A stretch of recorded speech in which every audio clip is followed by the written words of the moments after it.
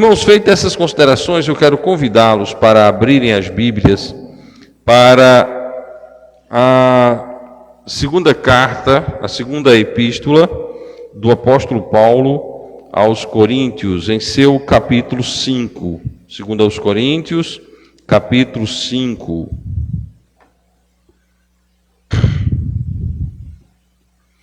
Nós vamos observar alguns versículos neste texto,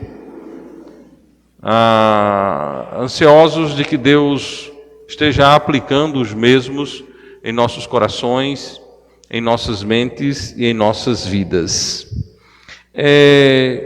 Eu adaptei uma tradução do irmão Hélio, a de Adrian Rogers, certo? E nós vamos apresentar aqui hoje à noite 6 motivações para o ganhador de almas. 6 razões que nos motivam a sermos ganhadores de almas. O ser humano, ele age a partir de motivações. E a Bíblia nos dá motivações, e muitas motivações, para que nós desejemos ardentemente ganharmos almas para o nosso Senhor e Salvador Jesus Cristo. Logo, hoje à noite, nós estamos aproveitando esta tradução do irmão Hélio, em que eu adaptei para que possamos nos motivarmos a sermos ganhadores de almas para a honra e glória do nosso bom Deus. Amém? Tudo que você vai conseguir fazer na sua vida será primeiramente resultado de suas motivações. Hoje quero ver com vocês 6 poderosas motivações para o ganhador de almas. O apóstolo Paulo foi o maior ganhador de almas. E o que motivava Paulo a ser um ganhador de almas? Qual era a motivação principal do apóstolo Paulo para que ele gastasse a sua vida na arte de ganhar almas para Jesus Cristo? O primeiro texto que nós iremos ler hoje à noite encontra-se na segunda epístola de Paulo aos Coríntios, capítulo 5, e nós vamos ler inicialmente o versículo 9, onde está escrito: pois que muito desejamos também ser-lhe agradáveis, quer presente, quer ausentes. Amados irmãos, Paulo desejava ardentemente ser agradável. Paulo tinha uma motivação para ser um ganhador de almas. Ele tinha um desejo, uma compulsão por ganhar almas, e essa é a primeira grande motivação. Desejamos, nos empenhamos, aplicamos esforços, literalmente. Portanto, também laboremos com empenho. Desejemos, nos empenhamos para ser agradável a Deus. Paulo desejava ganhar almas porque Paulo desejava ser agradável ao Senhor. Essa é uma grande motivação, irmãos. Eu quero ser agradável ao meu Deus. Eu quero ser agradável ao meu Salvador. Eu quero ser agradável àquele que criou todas as coisas. Eu quero que ele olhe para mim como uma pessoa que lhe agrada. E eu quero agradar-lhe ganhando almas. É uma tremenda motivação, irmãos. Ganhar almas para Jesus. Ganhar almas para Jesus é algo fascinante. É algo maravilhoso, porque impacta a vida de um ser humano, não só aqui e agora, mas é um impacto para a eternidade. Quando você ganha uma alma para Jesus, você ganha uma pessoa para o reino de Deus, e aquela pessoa que foi alcançada com o Evangelho, ela recebe de Deus a vida eterna. Ela estará para sempre no céu com o nosso Senhor e Salvador Jesus Cristo. Segundo aos Coríntios, capítulo 5, versículo 14, diz: porque o amor de Cristo nos constrange, julgando nós assim, que se um morreu por todos, logo todos morreram. Nós devemos pregar o Evangelho, irmãos, constrangidos pelo amor do nosso Senhor e Salvador Jesus Cristo. Cristo morreu naquela maldita cruz para salvar almas. Cristo veio ao mundo com uma motivação: salvar almas.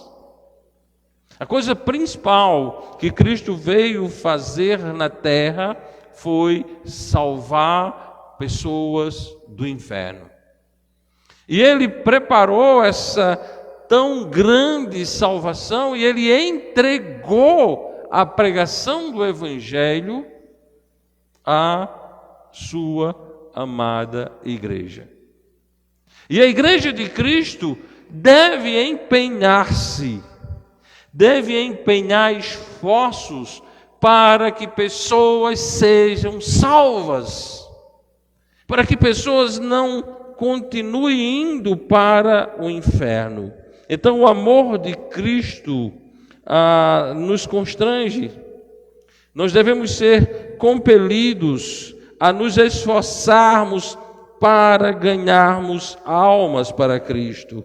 Devemos desejar andar dioturnamente agradando ao nosso Deus.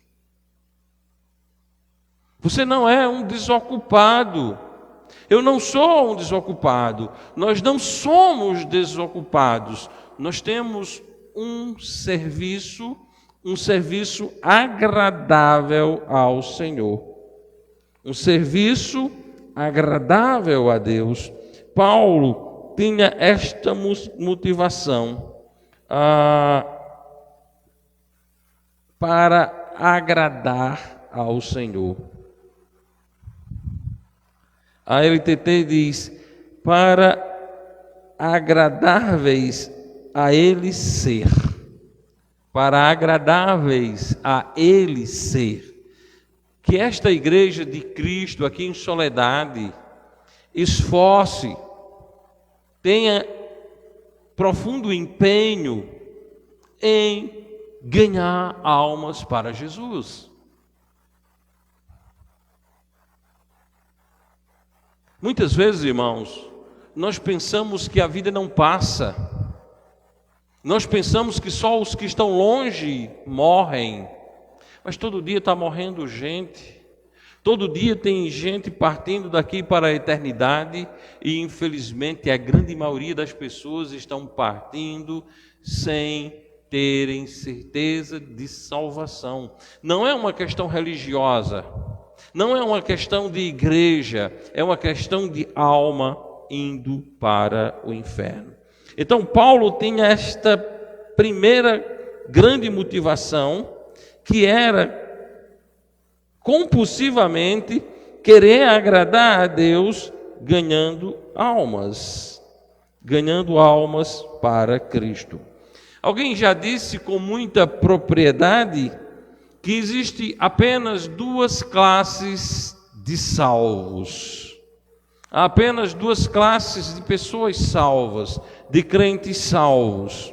A primeira classe, ganhadores de almas. E a segunda classe, aqueles que estão fora da vontade de Deus. Temos aqueles crentes, ganhadores de almas, esses estão dentro da vontade de Deus. Não, e temos os outros, aqueles que não têm um comprometimento em levar outras pessoas a Jesus Cristo. E nós devemos ter muito cuidado para não estarmos dentro desta outra categoria, esta categoria que não tem levado pessoas a Cristo, pois essa, para muitos, será a razão da sua vergonha no dia em que comparecerem ao tribunal de Cristo. E que nós não estejamos dentre estes envergonhados. Que nós não estejamos dentre estes envergonhados, porque não fizemos a coisa certa. Paulo fala em enlouquecer no versículo 14 do nosso capítulo, fala em constranger, em estar constrangido, que o amor de Cristo constranja, que o amor de Cristo esteja nos constrangendo a isso. No versículo 13 é que ele fala em enlouquecer, porque se enlouquecemos é para Deus, e se conservarmos o juízo é para vós. Amados irmãos, os crentes pregadores do Evangelho, normalmente eles são chamados de loucos. Quando você prega o Evangelho, as pessoas lhe caracterizam como enlouquecido. Mas Paulo não tinha problema com isso. Paulo não tinha problema, porque se enlouquecemos é para Deus. Se as pessoas nos tratam como loucos porque pregamos o Evangelho, a nossa loucura não é para os homens. Nós não estamos loucos por causa dos homens. Nós estamos enlouquecidos para o nosso Deus. E lembrando que a loucura de Deus é mais sábia do que a sabedoria do homem. Quando o mundo está nos considerando loucos, nós somos sábios para o nosso bom Deus. Então Paulo tinha compulsão por ganhar almas. Paulo era constrangido pelo amor de Cristo. E Paulo não tinha nenhum problema de ser tratado como louco quando o assunto era pregar a palavra de Deus. A nossa segunda motivação, irmãos, nós seremos recompensados. Há uma recompensa, uma compensação para o ganhador de almas. Nós estamos agora finalizando um período em que houve os Jogos Olímpicos. E nos Jogos Olímpicos, alguns atletas estavam lá no topo do pódio, e eles receberam prêmios. O esforço deles foi recompensado. Os crentes também serão recompensados. Os crentes receberão uma coroa dada por Deus, porque foram pessoas que ganharam almas. 2 aos Coríntios, capítulo 5, no seu versículo 10 diz: porque todos nós devemos comparecer ante o tribunal de Cristo, para que cada um receba segundo o que tiver feito, por meio do corpo, bem ou mal. Porque todos devemos comparecer ante o tribunal de Cristo, para que cada um receba segundo o que tiver feito, por meio do corpo, ou bem ou mal. Existe, irmãos, uma recompensa. Deus promete recompensar. Vejamos Filipenses capítulo 4.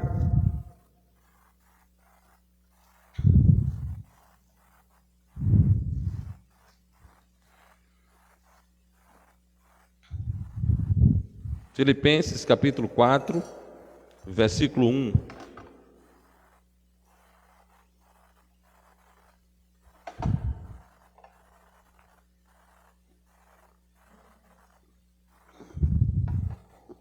A palavra de Deus diz: portanto, meus amados e muito queridos irmãos, minha alegria e coroa, estai assim firmes no Senhor, amados.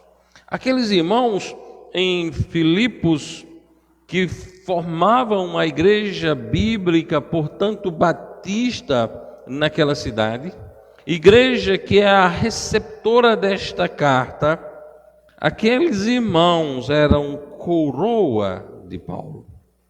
Paulo olhava para aqueles irmãos e Paulo via que eles eram alegria e coroa. Alegria e coroa. As pessoas que você ganham para Jesus Cristo são vossas coroas.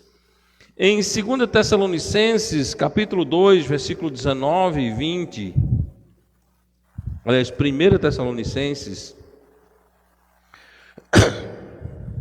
capítulo 2,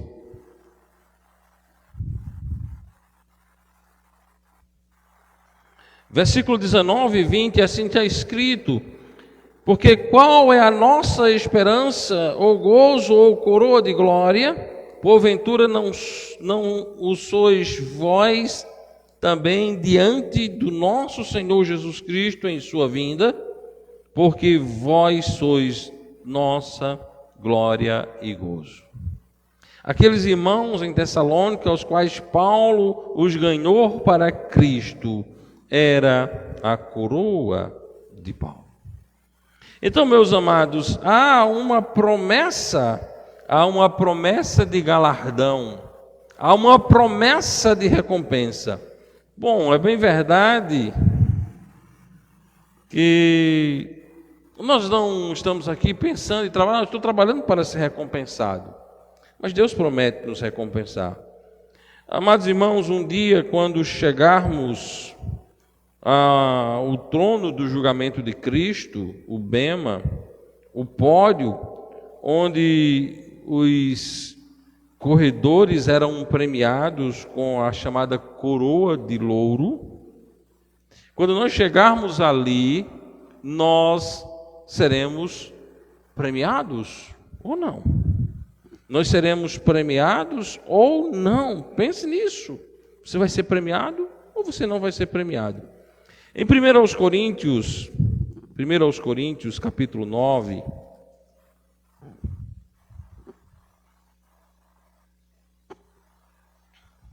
versículo 24 a 26, a palavra de Deus diz: não sabeis vós que os que correm no estádio, todos na verdade correm, mas um só leva o prêmio. Correi de tal maneira que o alcanceis. E todo aquele que luta, de tudo se abstém. Eles o fazem para alcançar uma coroa corruptível. Nós, porém, uma incorruptível. Pois eu assim corro, não como a coisa incerta, assim combato, não como batendo no ar. Vocês estão vendo agora estas pessoas que estão ganhando medalhas, que ganharam medalhas esse ano. Nas próximas Olimpíadas eles estarão tentando ganhar novamente. E muitos deles não ganharão, não receberão as mesmas homenagens, porque não chegaram em primeiro lugar. Agora, o prêmio que ganha um atleta olímpico é um prêmio corruptível. Agora, o prêmio que você vai ganhar, o prêmio que você vai receber, é um prêmio incorruptível, que nunca, jamais deixará de existir. Paulo faz essa distinção. Paulo mostra que eles correm por uma coroa corruptível, mas que nós, como Paulo, corremos por uma coroa incorruptível. Amém? Então, essa grande motivação, irmãos, nós seremos recompensados. Nós seremos recompensados. Eu vi o depoimento de uma atleta que não ganhou o prêmio, e ela chorando, ela dizia: foi tanta luta, foi tanto sacrifício, foram anos de muito sacrifício. Eu queria estar lá. Amados, os atletas se sacrificam por um prêmio corruptível. os crentes devem trabalhar constrangidos pelo amor de Cristo por um prêmio que nunca jamais se acabará. Amém? Mas eu não trabalho por recompensa. Eu não trabalho por recompensa. Graças a Deus nós não temos aqui o hábito de dizer, vou trabalhar para ganhar galardão. Não. Mas, irmãos, quem estabeleceu o galardão foi Deus.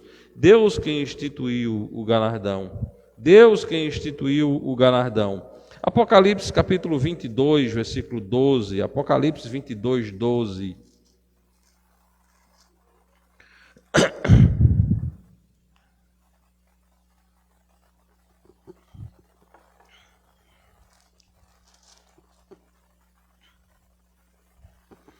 A palavra de Deus diz, e eis que cedo venho,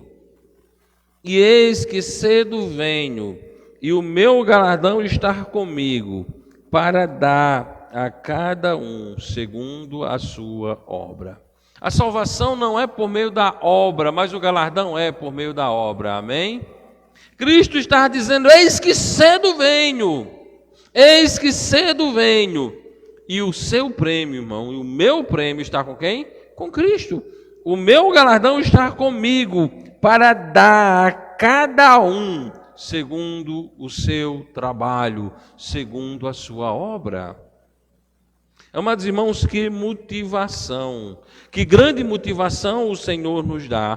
O Senhor planejou, o Senhor pensou, e o Senhor executará. Ele está trazendo o galardão para entregar a cada um daqueles crentes, membros das suas igrejas fiéis. Ele vai entregar esse galardão para a honra e glória tão somente dele. Grande motivação, irmãos, grande motivação. Motivação que deve nortear a nossa vida para a honra e glória do nosso Deus. A nossa terceira motivação, a convicção de um ganhador de almas. A convicção, um ganhador de almas, ele tem uma convicção. Vejamos o versículo 11 do capítulo 5 de 2 aos Coríntios.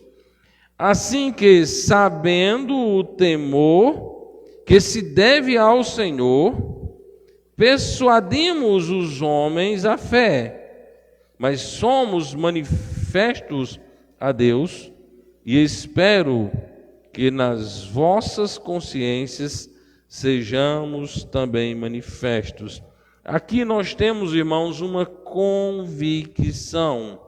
Que convicção é essa? Assim que, sabendo o temor que se deve ao Senhor. O ganhador de almas, ele tem uma convicção. Ele sabe que deve temor ao Senhor. Devemos saber, irmãos, que há uma coisa chamada condenação. Nós, os salvos, tememos ao Senhor. Agora, a condenação é o terror. A condenação é o inferno. Sabemos o que significa uma alma morrer sem redenção e ir para o inferno. Nós sabemos disso.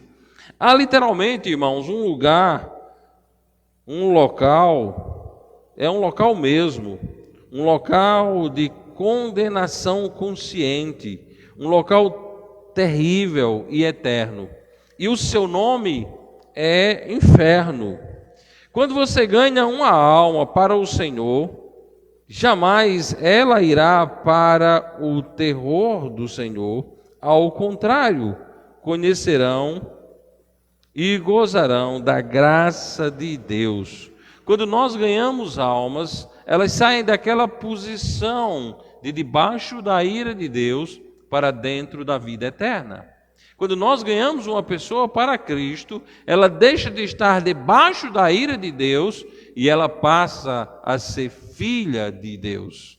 Deixa a ira de Deus e torna-se herdeira de Deus, co-herdeira juntamente com Cristo.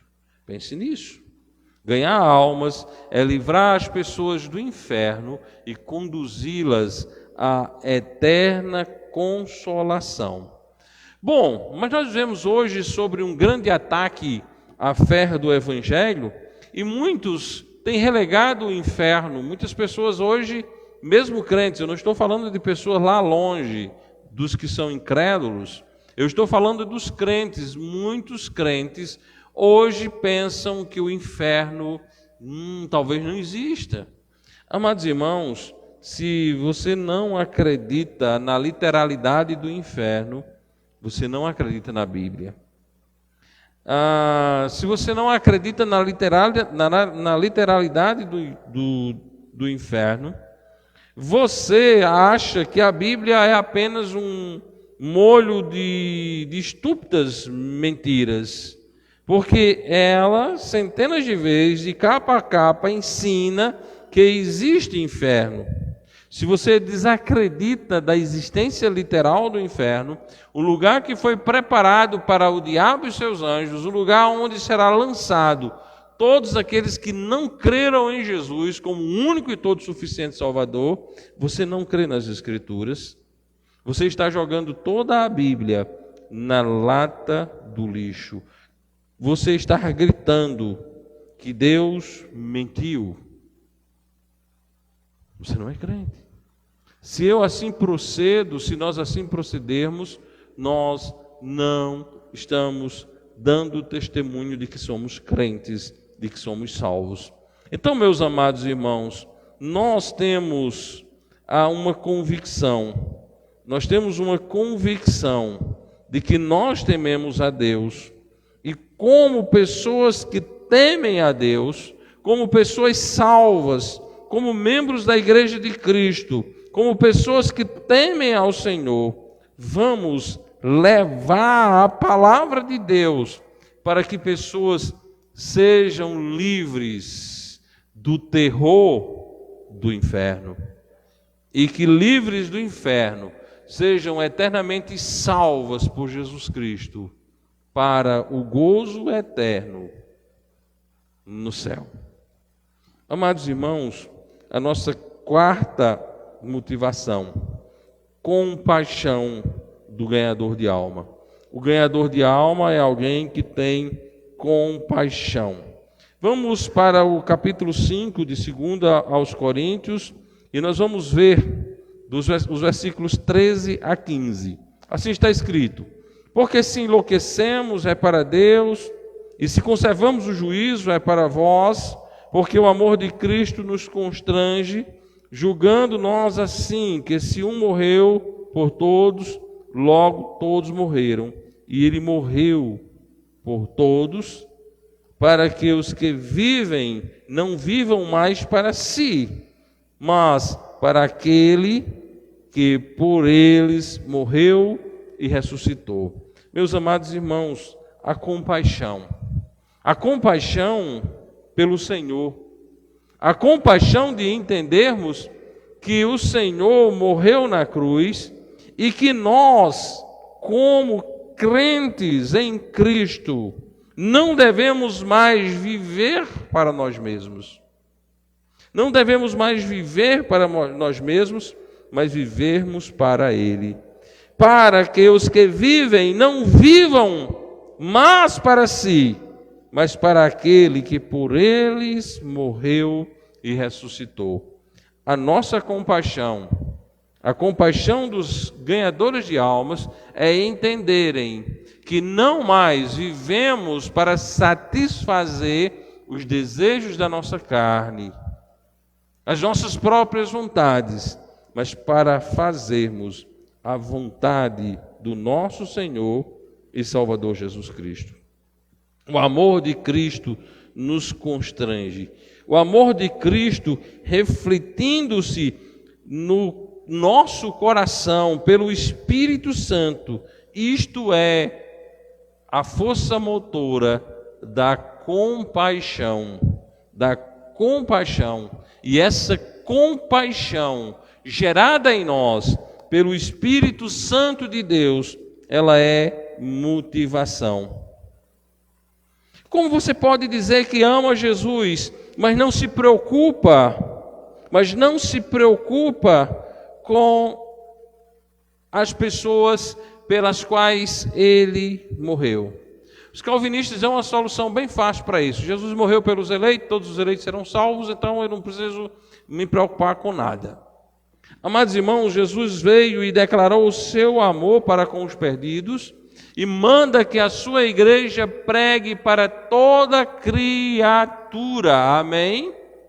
A ordem é ir por todos os quadrantes do mundo pregando o Evangelho Santo do nosso Senhor e Salvador Jesus Cristo. E aí, como eu posso dizer, eu amo Jesus, mas eu não vou pregar para as pessoas pelas quais Ele morreu? O Espírito Santo gera em nós tal compaixão para a honra e glória tão somente de Deus. Simplesmente não tenho esse amor às almas, mas o amor requerido é outro. Veja João 21:16. João 21:16. Evangelho segundo escreveu João, capítulo 21, versículo 16.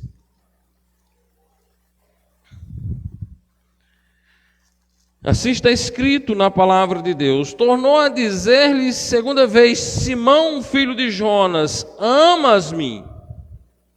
Disse-lhe: sim, Senhor, tu sabes que te amo. Disse-lhe: apacenta as minhas ovelhas. Meus amados irmãos, nós sempre ensinamos aqui que o amor de Cristo nos constrange. Nós não nos preocupamos tão somente com as almas, mas nós nos preocupamos com as almas por causa de Jesus. Ama a Cristo. E quando nós amamos a Cristo, nós pregamos a palavra santa do nosso Deus. Simão, filho de Jonas, amas a mim? Disse-lhe: sim, Senhor, tu sabes que te amo. Disse-lhes: apacenta as minhas ovelhas. Sim, eu amo pessoas, mas o que me motiva não é o amor por pessoas, mas o meu amor ao meu Salvador. Daí flui sim seu amor através de mim. Amados irmãos, o norte é Cristo. Ame a Cristo, ame a Cristo. E amando a Cristo, você vai amar pessoas e você vai pregar para as pessoas, para que as pessoas venham a serem salvas, porque o amor de Cristo faz isso. Então, a compaixão nos é dada pelo Espírito por causa da obra do nosso Senhor e Salvador Jesus Cristo. O nosso quinto ponto é a confiança do ganhador de almas. O ganhador de almas tem uma confiança. Vejam 1 aos Coríntios, capítulo 5. Aliás, 2 aos Coríntios, perdão. 2 aos Coríntios, capítulo 5.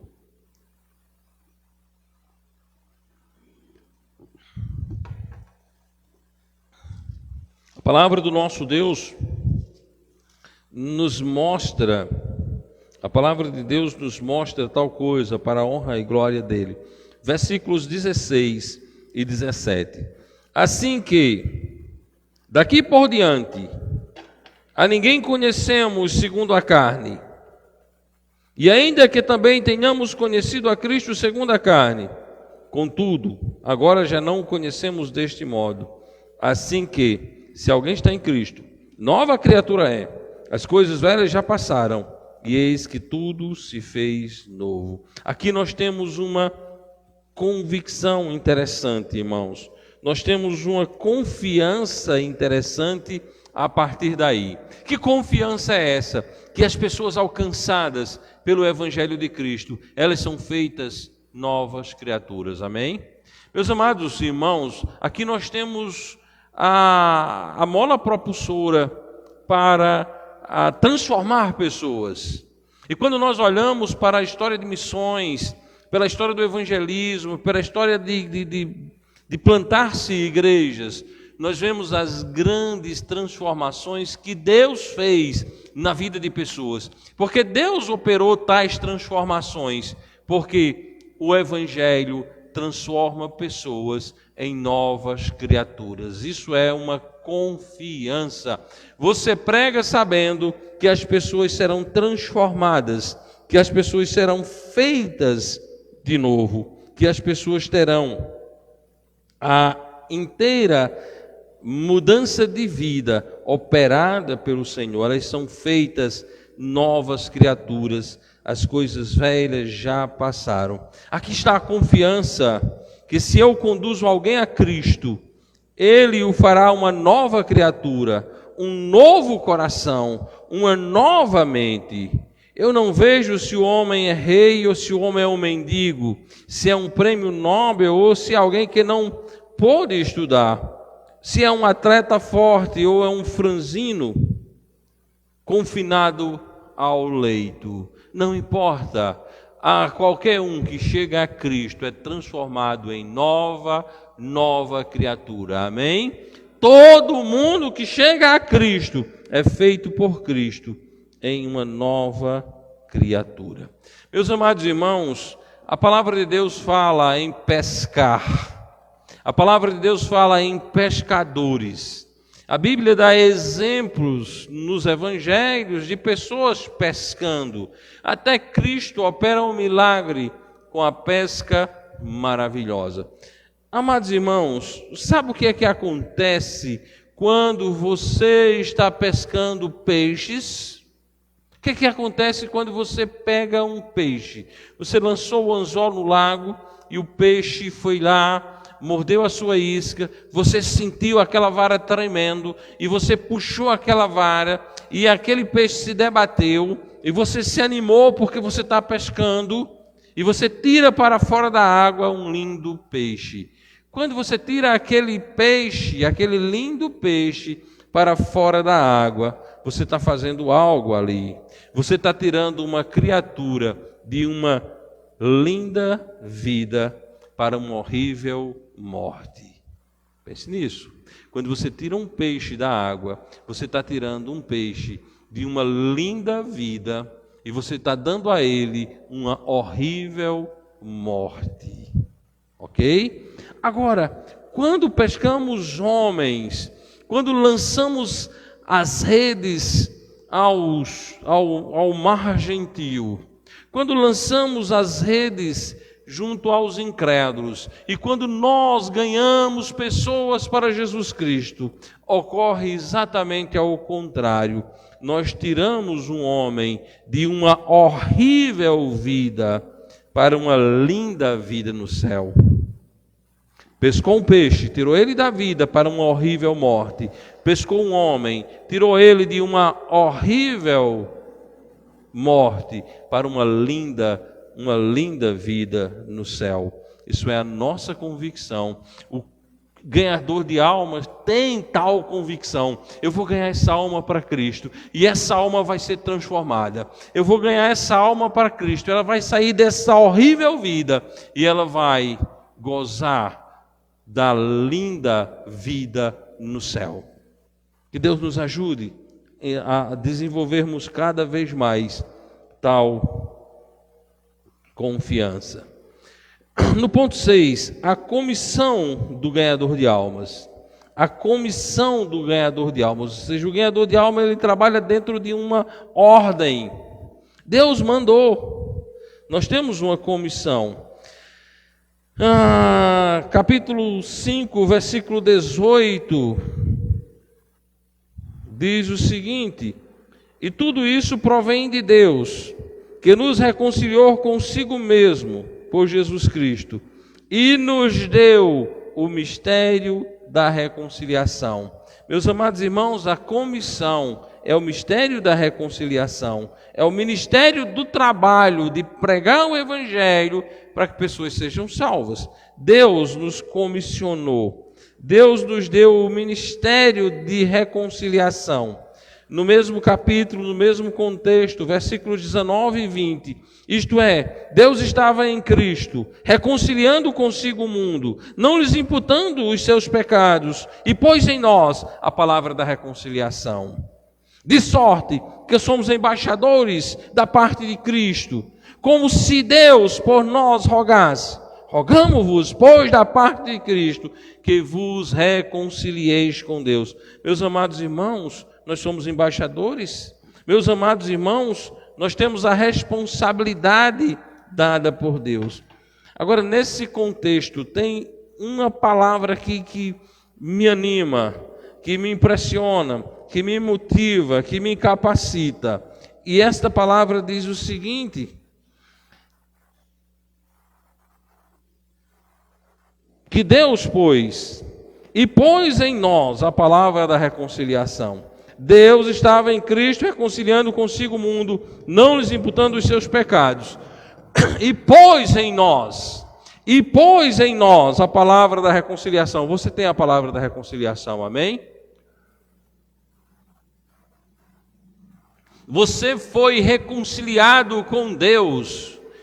Deus, ao lhe reconciliar consigo mesmo, Ele deu a você a palavra da reconciliação. Não vamos nos acovardar, não vamos temer, não vamos achar que não devemos. Nós somos enviados de Deus para pregar a palavra. Cristo reconciliou o mundo. Cristo não lhes imputou os seus pecados. Cristo pôs em nós a palavra da reconciliação, de sorte que nós somos embaixadores da parte de Cristo, como se Deus por nós rogássemos. Você é a boca de Deus. Rogamo-vos, pois, da parte de Cristo, que vos reconcilieis. Meus amados irmãos, nós somos embaixadores. Meus amados irmãos, nós somos ministros do céu na terra. Nós temos essa grande responsabilidade de pregar, de anunciar, de falar do grande amor de Jesus Cristo. De falarmos dessa obra magnífica de sermos agradáveis ao Senhor. Amados irmãos, as motivações que o Senhor nos dá esta noite, elas são poderosas porque elas são bíblicas. Elas são poderosas porque elas nos são dadas pelo Senhor. A primeira motivação, a compulsão, o desejo de agradar a Deus. A segunda motivação, a compensação, a recompensa, a coroa da glória que lhe será dada no céu, a coroa incorruptível. A terceira motivação, a convicção de que quando nós tiramos alguém do mundo, quando nós levamos alguém a crer no Evangelho, essa pessoa está livre do inferno.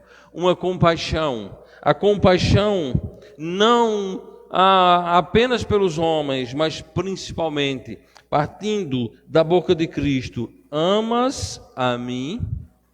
Amas a mim?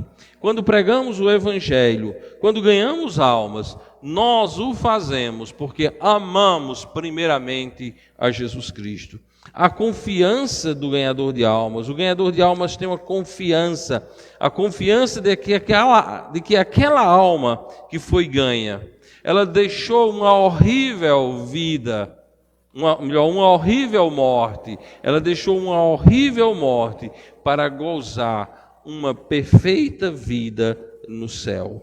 Amados irmãos, e o ganhador de almas sabe que procede assim, que age assim, porque lhe foi comissionado por Deus. E ele quer agradar aquele que lhe enviou. Eu vou trabalhar, porque eu quero agradar aquele que me enviou. Que Deus nos abençoe, que Deus nos ajude, irmãos, a despertarmos do sono e sermos encontrados por Cristo, trabalhando, ganhando almas para o nosso único e todo suficiente Salvador, o Senhor Jesus Cristo. Ele me amou e Ele me salvou. Ele lhe amou e Ele lhe salvou. E nós o amamos. E porque nós o amamos, vamos levar o plano de salvação a outras pessoas, para que elas creiam e, crendo, venham a amarem ao Senhor e pregarem para que outros venham também a amarem ao Senhor. Amém e amém.